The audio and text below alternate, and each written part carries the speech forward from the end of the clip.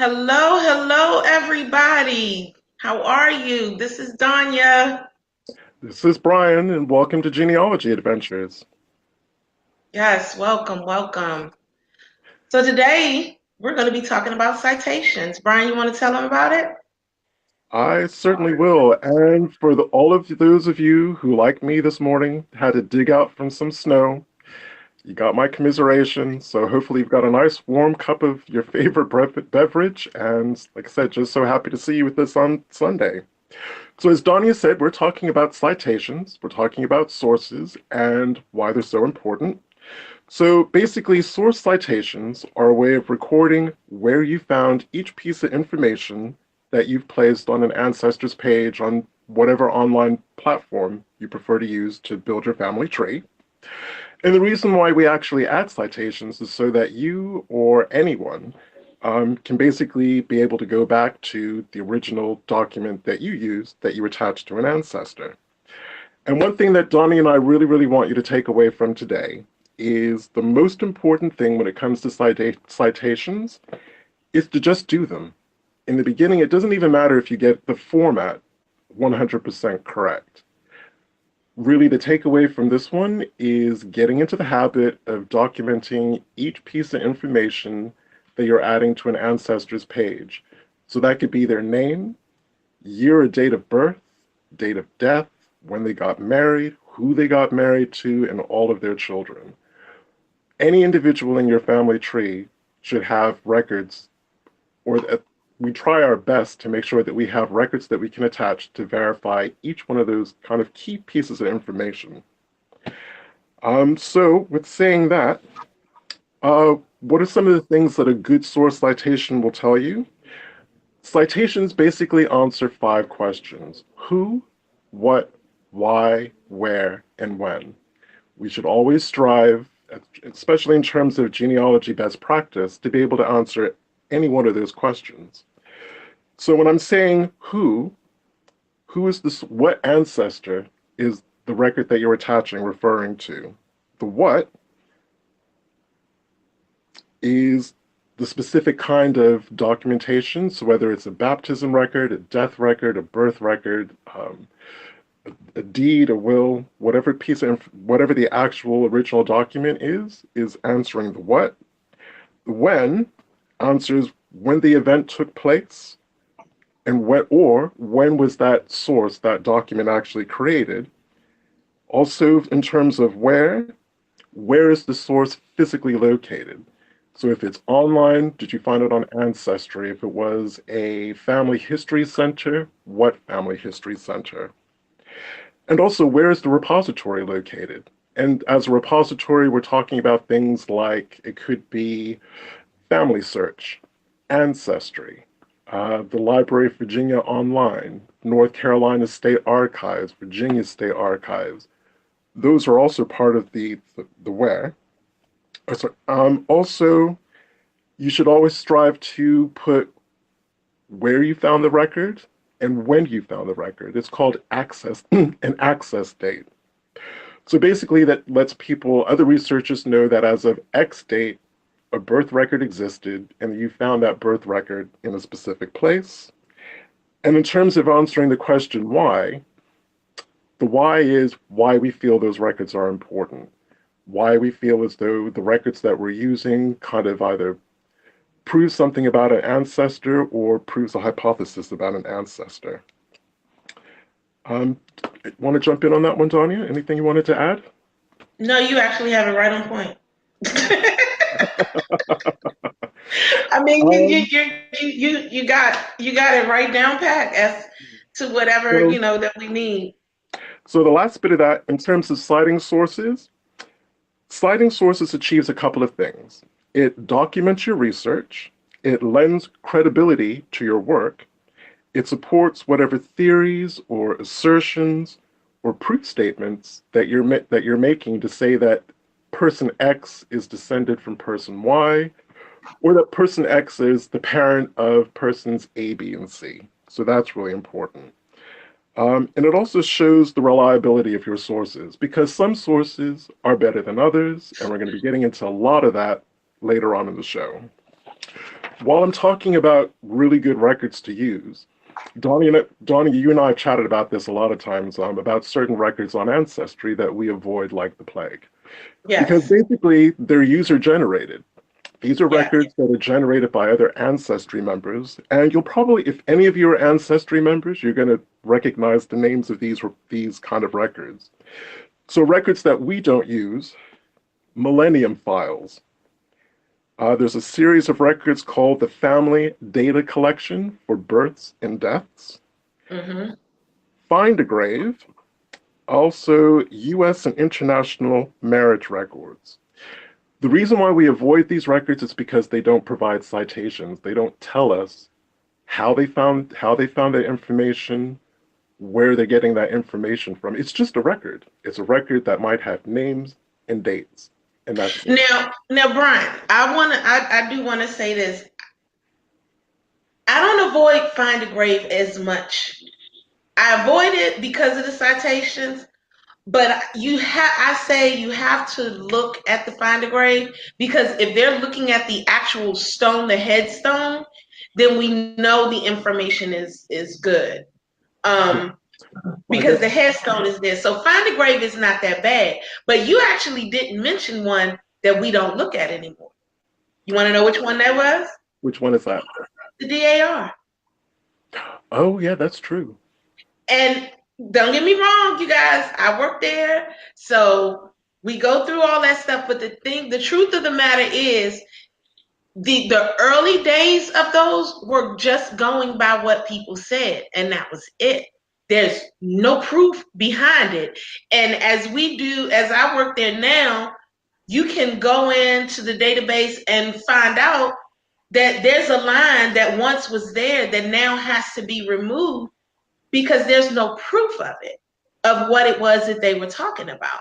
So sometimes those DAR records, Sons of the American Revolution records, Daughters records that they have that's on Ancestry.com, you need to have proof of what they have. My suggestion is to take those records, get their information, but then prove it.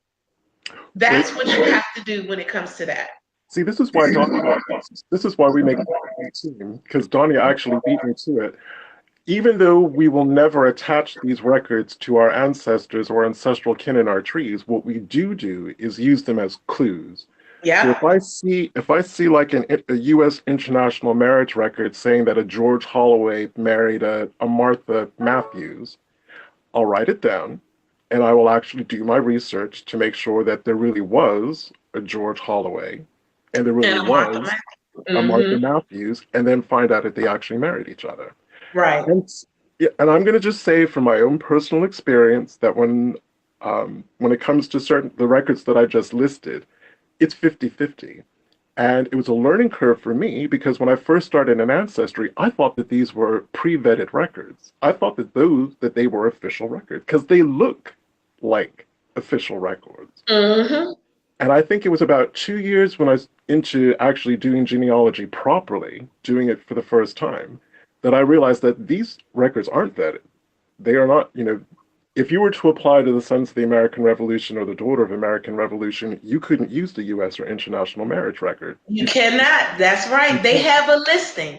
They have an entire listing as to what things that they use as proof, and those cannot be done because of citations. But you know what we didn't do, Brian? We didn't say hello to everybody and where they were from. You want to go into that real quick? Yes, we can. We did. We just jumped right in. So, Karen is here from Denmark. Hello, Karen. And then we have Deborah from Chicago. How you doing, Deborah? And Mary Wright from Maryland.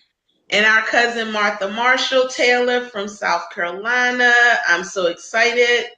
Sharon Noble, she's from ATL. Hey, how you doing? And then also Martha agreed as far as the DAR, what I was saying about the DAR and those different and the colonial dames. Yeah, that's another one. You have to be mindful of which ones that that are good that you're looking at, and you're going to have to prove everything. Most of those types of records, it's like it's written or oral history. That's what it is. It's actually written oral history. So when you sit down with your grandmother and you listen to what she has to say, and in most instances you take it as gospel because I mean it's grandma. But the bottom line is that when you start doing the research, you might find out something that grandma said ain't entirely true, or she didn't give you all of it. That's the same thing you have to do with those types of citations with those particular records. You have to prove them.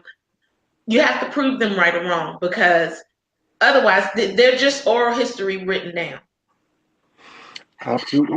And there's also one set of records that I forgot to mention, and I can't remember the proper name for it, but it's the Netherlands Genealogical Index records that actually look a lot like the family data collection.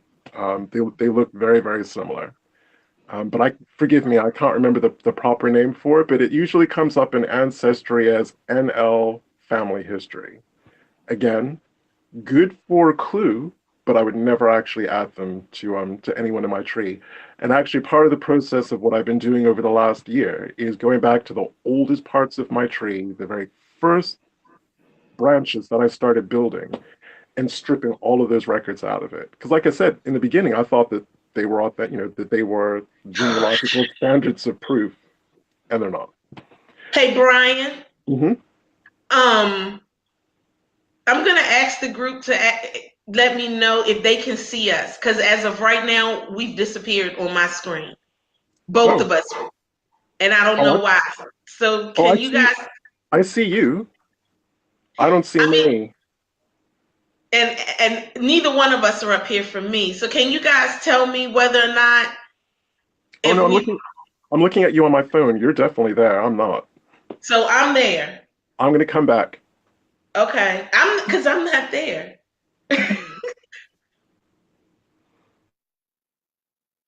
Okay, so we're gonna get Brian to come off for a second, and then he's gonna come back on.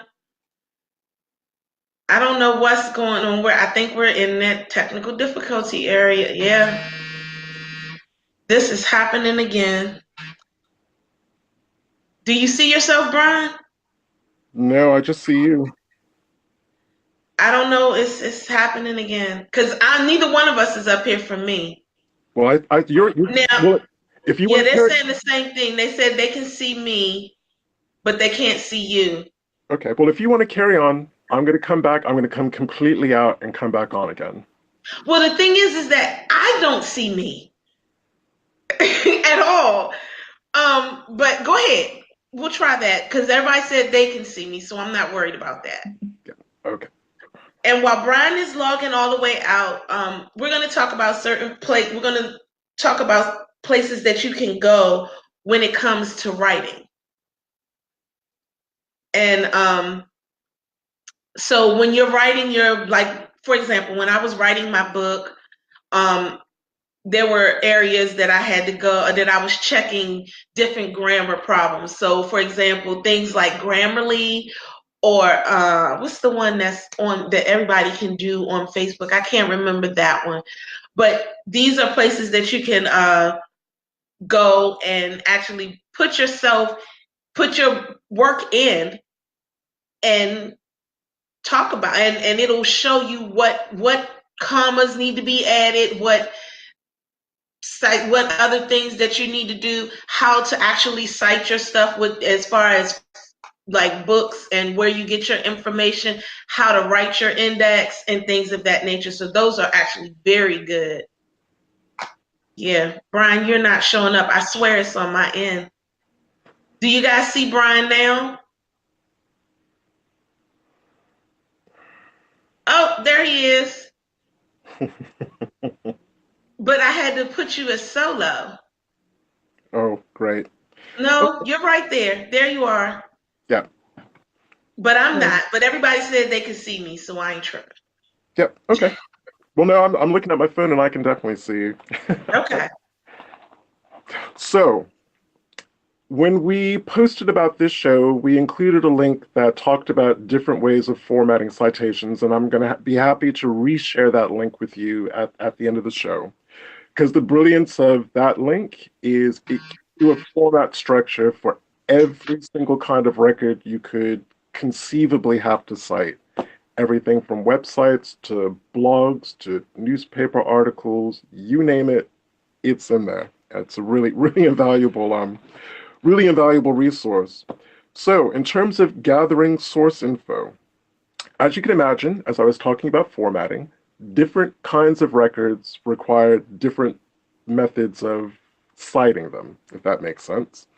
So, for instance, books, you would want to include information about the title of the book that you're using, the author, publisher, year that it was published, location that it was published, the edition.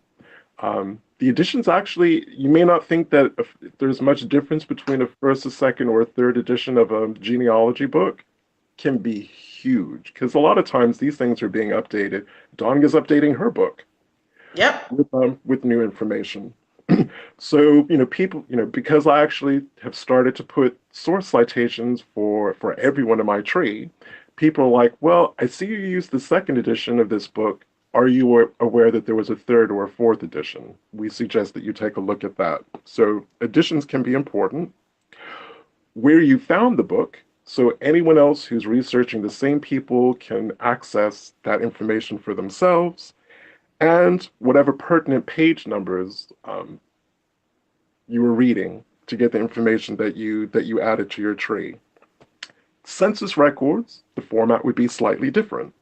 So the name of the census, so it would be like the 1870 U.S. federal census, the dwelling number that your ancestor or kin were living in, household name if there is one, city or town, the county, the state, microfilm number, because again, we always want to point back to the original source, and the name of the holding repository. And by holding repository, I mean something like Ancestry or Family Search or the family history, the family history service of the Church of Latter Day Saints.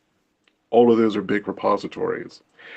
The URL, if it was a digital thing that you found, and the date that you accessed it, so that people know that as of that date, that record, that bit of information, that book, that blog post was up, running, and publicly available. Also, and again, staying with census records, the author of the original source, so for a census, that would be like the U.S. National Archives. They would be the author because they're the entity that created the U.S. Census records. Be slightly different for state censuses, but for the federal census, it would be the National Archives. So it's always important to distinguish between three things: the original record, self-explanatory, the index of the record, and again, I'm doing a lot of Virginia research at the moment, so a lot of times I'll find an original marriage certificate, and then I'll find the indexed records. And basically, all that means is that, the state of Virginia had made a complete index of all the marriage records that it has. Doesn't have as much information as the original. It'll have the name of the bride and the groom, and that's it. Whereas the original Right. record might actually have the name of their parents, Right. for instance. Yeah, that's the death of us for South Carolina. In North Carolina is even better because their marriage records, they had to pay a bond, and it actually has the name of the person who paid the bond, which, let's face it, it's a marriage. It's going to be a relation of either the bride or the groom in some way, shape, or form. Um, Right. and again, that kind of information is on the original. It's not on the index. So it's always really important to distinguish between an original, an index, or an abstract of the record. And an abstract is even a more condensed form than the index. And again, part and parcel of why we use citations, as much as telling other people how we found information and where we found it, it actually helps us organize our information. Yes. And following on from our last show, when I can't remember who it was, but someone asked a really good question about how we organize our research materials. Do you remember that Right. question? Yeah, I remember that.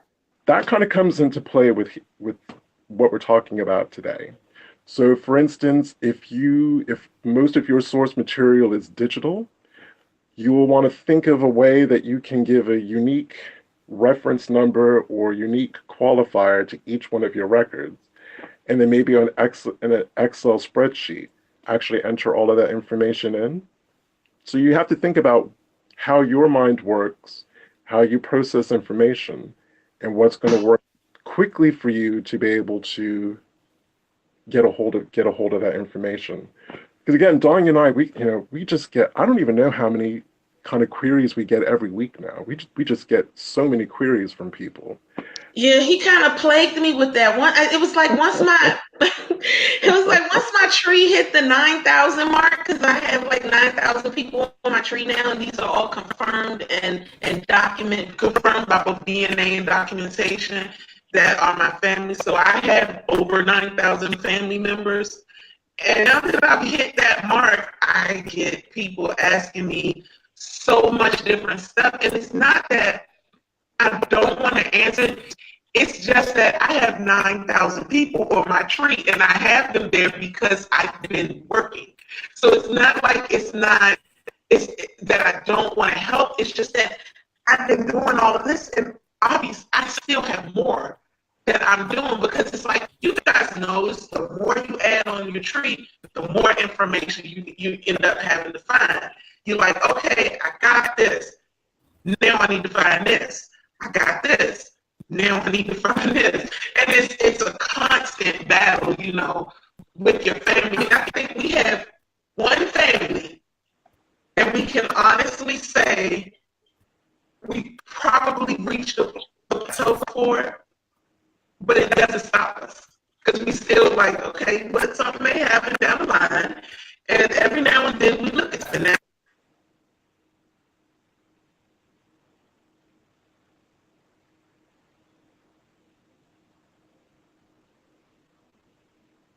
with Hamad and Loretta, they pretty much have it down pat. It's not much that you can tell them about it. Just like it's not much you can tell Brian and I about the Petersons, and I want to say the Geldells, but that's a whole nother monster. So never mind. But yeah, those you gotta know how to organize those different things. Karen says she can't hear me. Can you hear me, Brian? You're you're starting to get a little bit choppy. And you just got choppy. Okay, they said my voice is going in and out. Uh, Okay, well, hopefully I'm coming through loud and clear. I just wanted to say one of the reasons why I organize my information this way is just in case someone's like, can you tell me where you found the marriage record of person A and person B? I can just go okay, into my, wait a minute, Brian, you're breaking up too. They just said you're breaking up too. Give me 1 second, guys. I'm gonna try something, and just hold on, Brian. Don't do anything.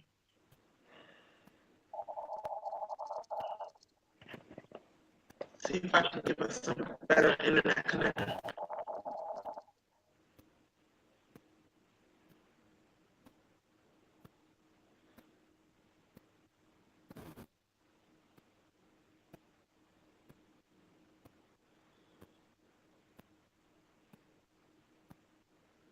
Sorry about this, guys. I don't know why every now and then it just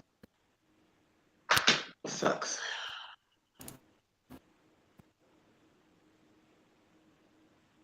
so am I still coming through choppy as well? Oh, now we've frozen.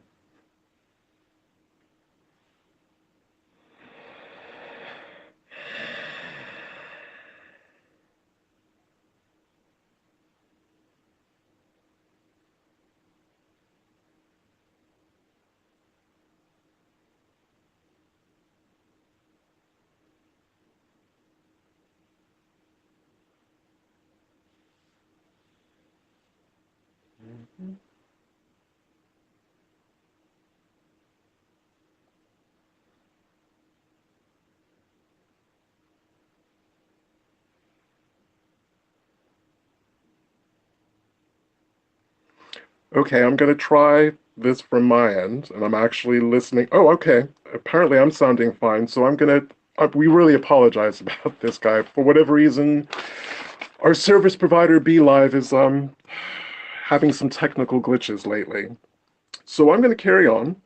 So one of the reasons why I spend so much time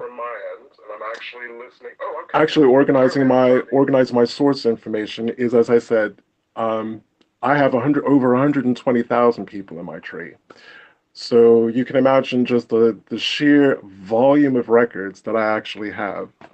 And again, I made the decision to do things digitally because I was going to say, some people like to be old school, and I totally get it, where, you will save paper copies of all the important documents that you've gathered during your research.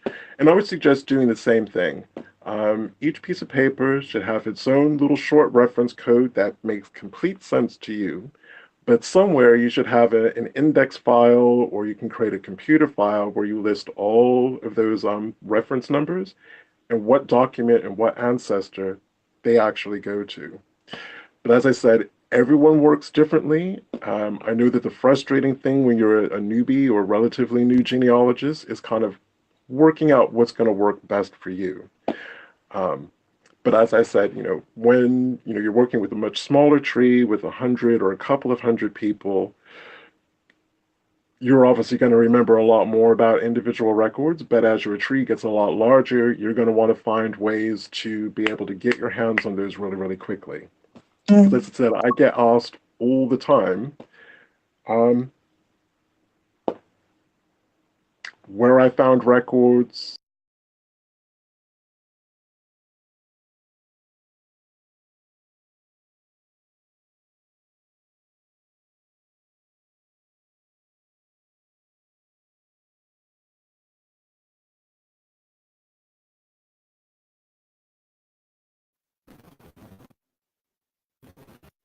Hey, you guys see me? Can you hear me? What it sounds like? I just texted Ryan. Hopefully he'll log in and log back out.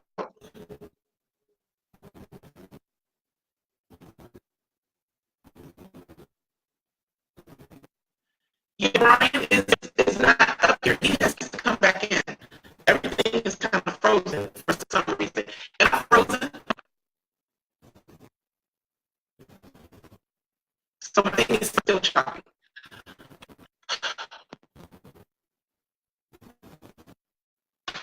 Hold on.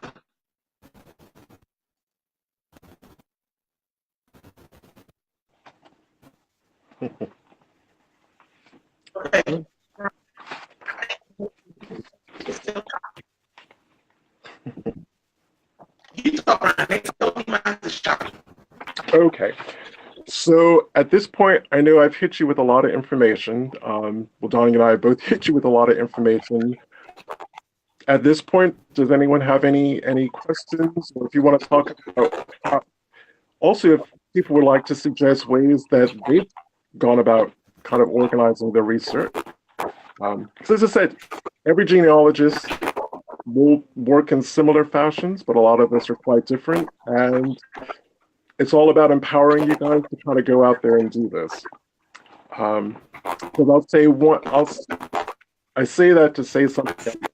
One of the things that really, really frustrates me as a researcher, while I never ever copy information from other people's trees, I will look at trees just to get clue, especially for brick wall ancestors, to get clues about what family they belong to.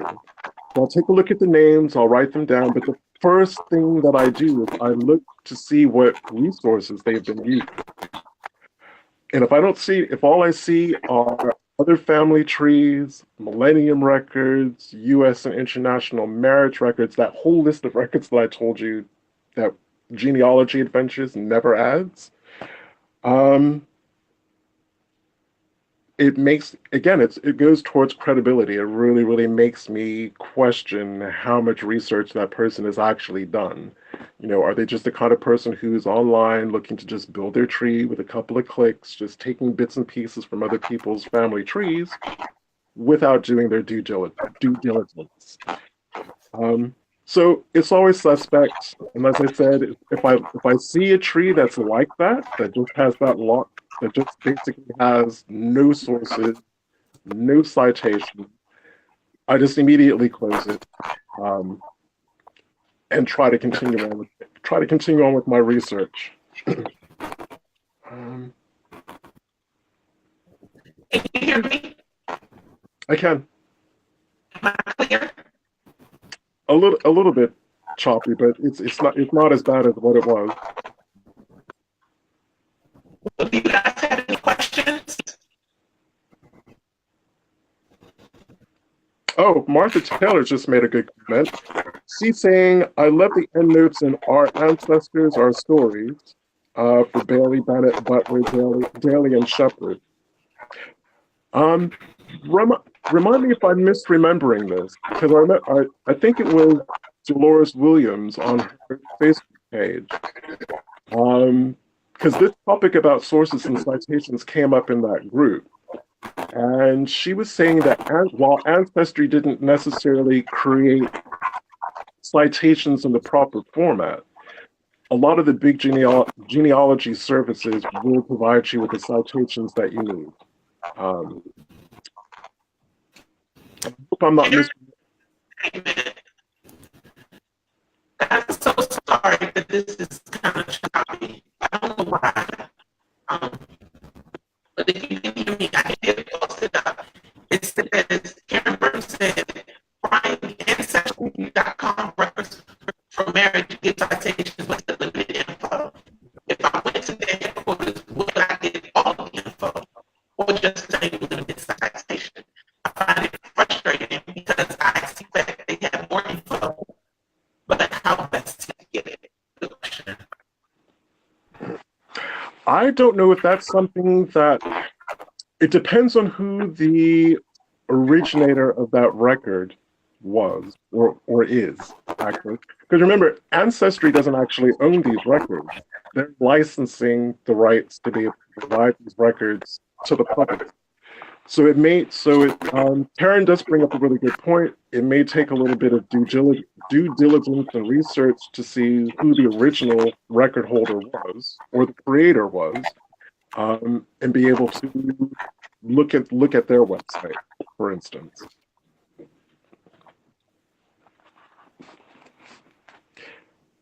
But very good comment from Karen.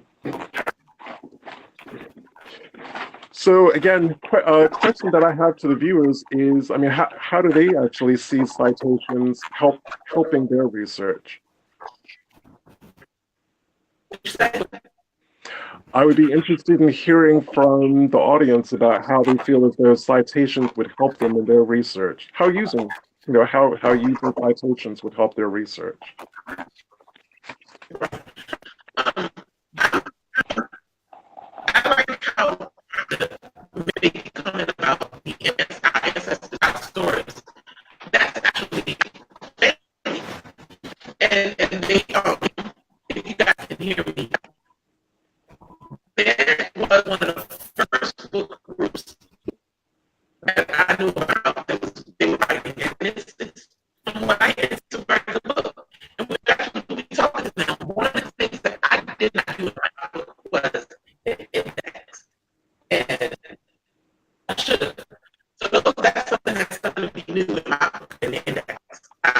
To start doing that, and I'm just but that is one of the things I'm going to be adding to mine because I think the index will allow you to learn more about the characters in my book. Just giving more information just about them. It really works. So. And Rebecca is supporting the point that one of the good things about using citations is being able to quickly and easily go back to the original records. And again, part of my working practice, and the good thing about at least the Genealogy Adventures tree being a public tree, is people can click on pretty much any one of my ancestors or ancestral kin. You will see lineage books, which may or may not, lineage books, all the usual vital records, enslaved people. It'll have deeds, wills, mentions. Free people of color, it'll have their freedom registration file for Native American ancestors. It'll have their Dawes records and their Eastern Cherokee applications. I suppose I really kind of bend over backwards, especially for my enslaved ancestors who were mulattoes, in identifying their white ancestors. Probably because I know that, well, one, that's for me. It makes it easier for me to go back to their records to be able to review and reflect and make sure that I've got the right records for the right people.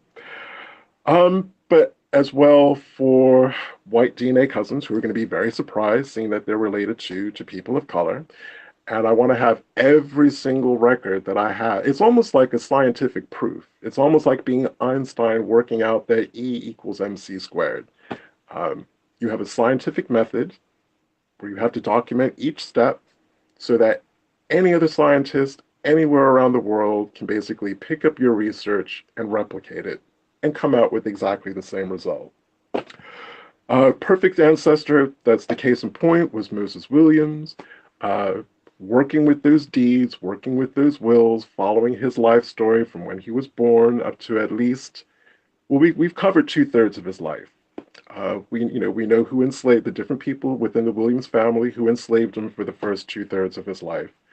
To be able to go forwards in time, but more importantly, to be able to go backwards to prove our hypothesis that Daniel Williams II was Moses Williams' father. And part of that was using DNA, doing DNA triangulation. Those aren't necessarily the easiest files to digitize and make available, but we have done where we could do. But more importantly, to be able to prove that Moses Williams was actually born in Daniel Williams' household, that was the first person to enslave him, who happened to be his father, but that's where his life journey began. So it's not like he was born in some other Williams household or anywhere else. We could say definitively he was born in this household. And really, for him to have that particular line of Williams markers, there's only a handful of people that it could be. Here's the deed. Brian, are you still there? Because I can't hear you. Yeah, I'm still here. I can hear me. I can hear me just fine. So, and again, that makes it easier for me to have conversations with my white Williams DNA cousins because, we can basically, I can direct on the phone while I'm chatting with them, I can direct them to his page on my site, and it's like, right, let's look at that 1770 deed where his name first appears, and let's look at the next deed and the next deed and the next deed, and I can actually physically step them through each stage of his life for the first 2/3 of his life, and they get a much. Okay, as long as you guys can hear him, I'm good. I can't. Am I still choppy? Sorry, they end up getting a much better idea of my thinking and the kind of route that I took to get from proving point A to proving point B to proving point C, and then trying to get, working with them to figure out what other enslaved people mentioned on those really, really early deeds where his name appears, to try to figure out who his mother might have been, who might have been his brothers and sisters, because we know that they're there. We know that his mother is in one of those deeds. The likelihood is, we know our family. Our family didn't just have one kid. Trust me, I wish there were days I wish they only had one child. So we know that Moses is bound to have brothers and sisters that are going to be on those deeds. And part of the hook is just getting people really interested in wanting to research this.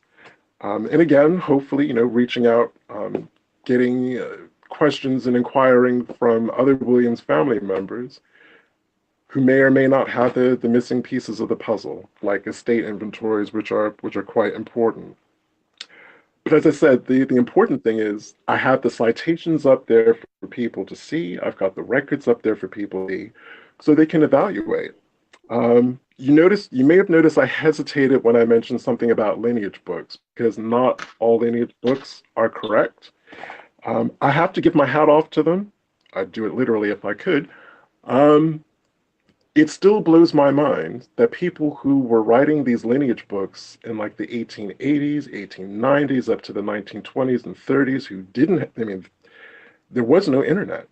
There wasn't really even an easy way of national transportation. A lot of these people were just writing letters off to distant relations saying, yeah, tell me about your family. Who was how does your line connect back to my line? And they compiled these lineage books. So, like anything, uh, we've said it many, many times, naming conventions can be brilliant and possibly identifying lines that your ancestors came from, but they can equally be the bane of your existence. I have as many George Holloways born between 1715 and 1735 as there are grains of sand on a beach. Trying to distinguish between them is a nightmare. And that's me having plenty of access to loads of repositories all over the internet.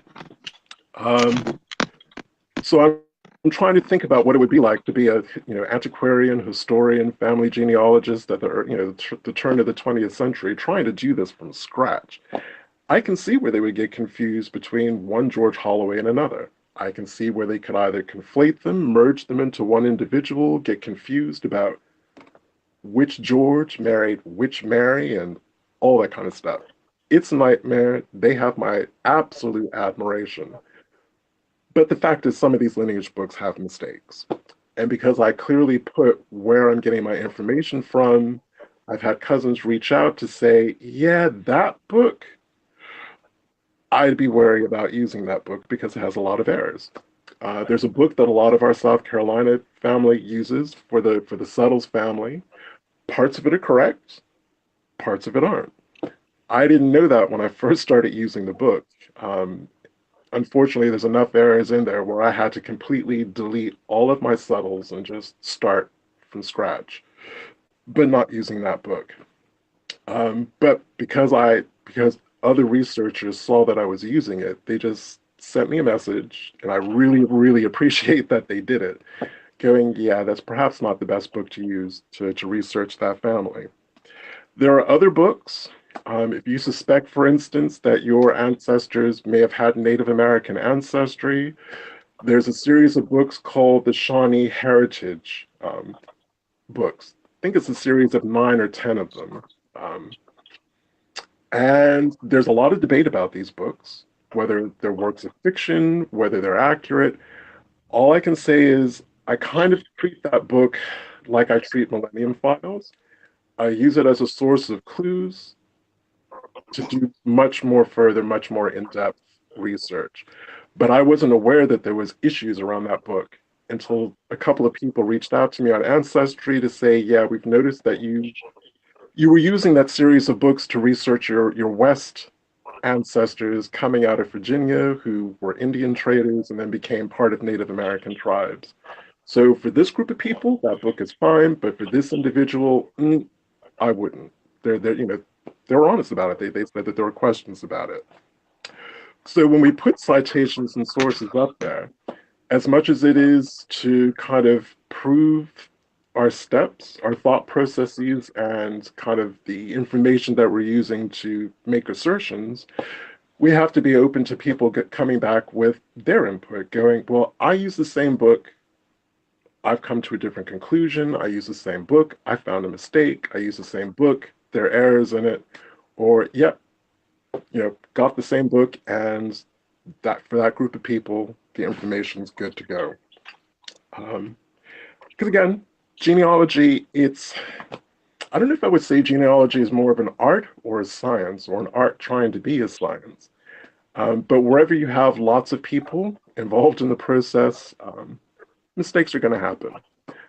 So I know that while I endeavor to make my tree as accurate as possible, which is why I'm so transparent about where I'm getting the information that I've put in there, on the flip side, I want it to be as accurate as possible. So if there's a mistake in there, I appreciate it when people reach out to say, yep, I see how you got from A to B. but there's a record that you're not aware of or hasn't been digitized, or I will send to you, um, that's going to clear all of that up for you. Again, it's just a really, really good way of initiating those kind of genealogical research questions with other people who are researching the same family, which, while I appreciate, not everyone feels comfortable having their trees public. By having your tree public, uh, and putting your sources and citations in there can actually improve the strength, the overall strength of your tree. So I didn't know if you wanted to jump in there, Donna. Oh, can you hear me? Can you hear me? Did you want to jump in? Oh, I don't know. I don't know if Donya can hear me. Oh, sorry, she's muted. She's muted her screen. Okay, so at this point, any questions? Or, if anything's unclear, okay. No, Or if does anyone have any I interesting can't. stories about things that they found through using citations, or have discussing certain citations within other people that are researching your ancestors. Sorry, I better put my tablet in a better position so I can see questions.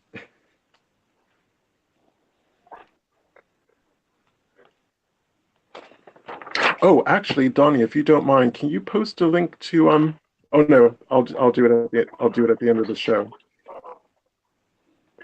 Um, is the link for Bib? Is that up there? Because one thing that Donnie and I wanted to talk about quickly was if you're uncomfortable about drafting or doing citations from scratch, there are some wonderful free services out there that will actually format them for you. One is called Bib, and if the link isn't up there already, we will put the link up there at the end of the show. There's also Grammarly. Grammarly will also kind of give you an online template that prompts you for the information that you need for a citation. So while both Grammarly and Bib have paid versions, there is also a free version, and you can do the citations using the free version. Um, and really, I was going to leave the last couple of minutes in case anyone had any questions.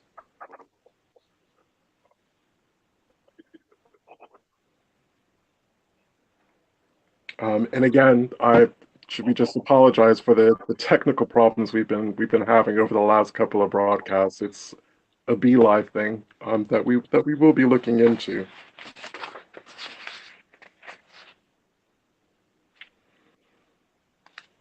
Um, oh, okay, here we go, Karen. Oh yes, thank you, Karen. Oh, thank God, you actually prompted me for the thing that Donia was going to actually discuss. Right, using other people's images. Big bone of contention, huge bone of contention online, for a very, very good reason. If someone posts an image, even if it's your 7 times great grandparents, and they are genuinely your 7 times great grandparents, if someone else has posted their photo, you don't own the copyright to that image, and you actually don't have permission to use it. It is always best practice to contact the person who has provided that image to ask if it's okay to put that image or those pictures on your common ancestors page on your tree. Not doing that can cause all manner of bad feelings. And when you actually add that image or that photo to your tree, always make sure that you cite the name of the person that gave you the permission to use it. It's just common courtesy. I know that there have been times that Dong has been upset that people have gone into her tree and downloaded images of her ancestors. As a matter of fact, I think there was a case last year or the year before where someone actually downloaded a photograph of one of Donya's ancestors, put it on their tree, but put it with the wrong person. So again, something like that's going to cause all kinds of upset. I was feeling some kind of way because I was actually mocking up deeds, sales deeds that mentioned Moses Williams. And that took a lot of time. That took a lot of time and it took a lot of effort because there were a lot of deeds to go through. And while I was happy to make those public so people could see them, people were downloading them and they weren't crediting Genealogy Adventures at all. Um, for the hours and hours and hours of work that actually went into creating those. So yeah, I was feeling some kind of way about that. And it's one of the reasons why we ended up making the William Moses tree private. Because I was just getting angrier and angrier. People were passing off our work as their work, all that kind of stuff. Never do that, by the way. If you find out something from someone else's tree, never pass off someone else's research as your own research.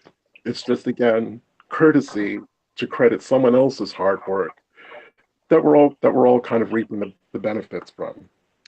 But Karen, um, oh, okay. Yes, well, I'm glad that pointer could help Karen. Karen was just saying that she hadn't really thought about citing it that way. But again, it's think about it as building a research community. Even if it's someone that you're just going to contact once for permission, or using information that they've published, you may only ever contact them one time, but they will always think they will have kind thoughts of you. Because again, I guess it happens really, really rarely when someone actually does reach out to say, "Can I use this image? I add this image to my tree," or "Oh my God, your research is amazing. Would you mind if I use it?" Um, and I guess it's the golden rule that I try to practice. I try to treat people the way that I would want to be treated. So I make sure that I try to credit people as much as I possibly humanly can, the way that I would hope that either myself or Donya, part of our research team, or anyone associated with Genealogy Adventures would be credited for their work. Um, Grace has a good point. They may not know who posted the photo. Oh, I wish your voice was your microphone was working because I'd love to get your input on that one, Danya. About someone if you see an image and you're not sure who has the rights to that image. Um, I would say off the top of my head, I would cite where I found that image because it has to come. You had to have found it somewhere. So if it was a blog, I would cite the blog. I also shoot them an email if they have one because I appreciate that not all blogs do. I would make every kind of an attempt to contact them to get permission, and I would actually save it. I would have a little special email folder called permissions, and I would shove all of those permission request emails into that one folder so that if someone does get back to me down the line, going, "Oi, why do you have a photo of my three times great grandmother, on your blog, website, or on your tree?" I could say, "I'm really, really sorry. Try to get in touch with you." I would copy the email, and if they're contacting me through Ancestry, I'd shoot it back to them on basically the Ancestry messenger, going, "I'm really, really sorry. Made every reasonable attempt to contact you to get permission. If you want me to take it down, I'll take it down." Um, Kind of a thing. Yes, she did. Tanya asked for permission for every single photograph she had in her book. And not only did she ask for permission, she has her permission form that everyone had. It's a proper form. Once you sign it, they agreed that Tanya could use their images. So again, that's another good practice. So yes, Karen Bertram, thank you, thank you, thank you so much for reminding me and prompting me about images because I honestly think that is probably one of the biggest bugbears and the number one complaint that I see across all of the Facebook kind of family history, family research, genealogy groups going, I am so sick and tired of people just taking my records and taking images of the ancestors without asking permission. And I suspect that that's also, I'm not going to say the number one reason, but probably a big reason why a lot of people make their trees private. They just get tired of people just downloading stuff, not crediting them, or the example that I gave for Donya, downloading an ancestor's photograph and then attaching them to completely the wrong person on their tree.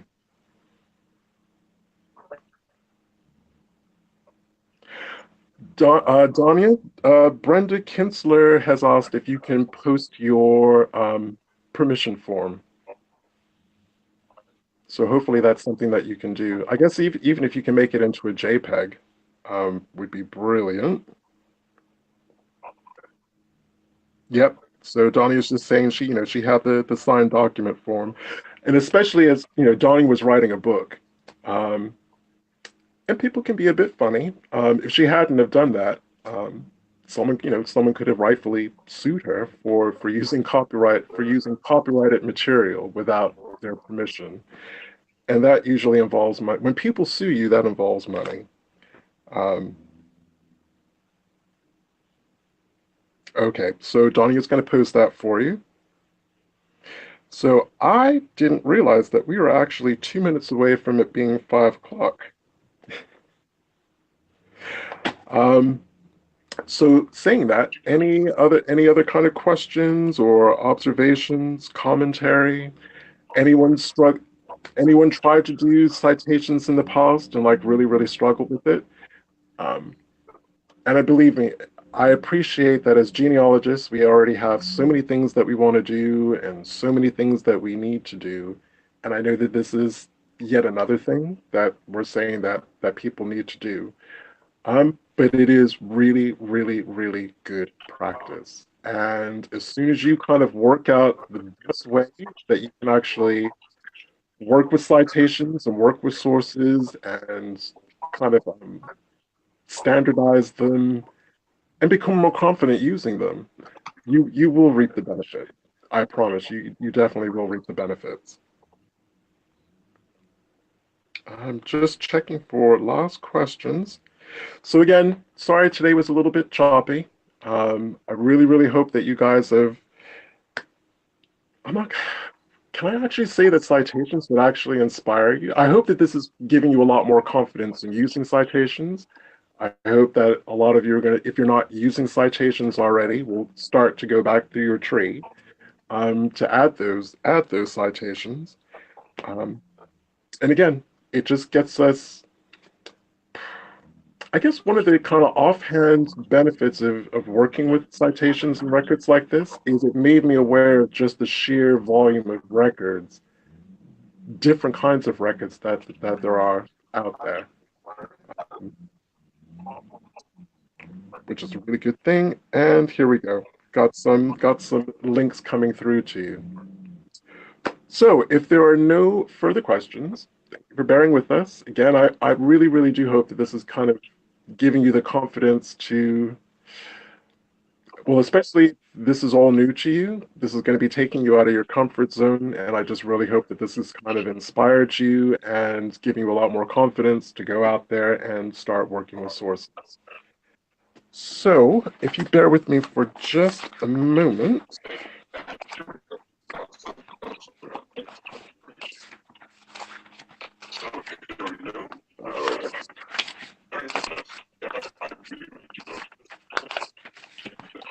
Sorry, I actually had this to hand.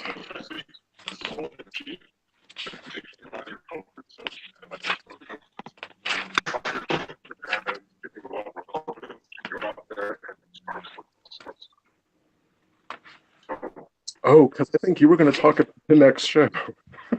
That's why I don't have it to hand. Um, right. Well, we're going to post about, so again, next show, 2 weeks, the week after next, Sunday, 4 p.m. Um, and oh, Thank you, Martha. Thank you very much for that. Okay, so again, on a miserable weather weekend that has kind of belted the entirety of this country, thank you for sharing your Sunday with us.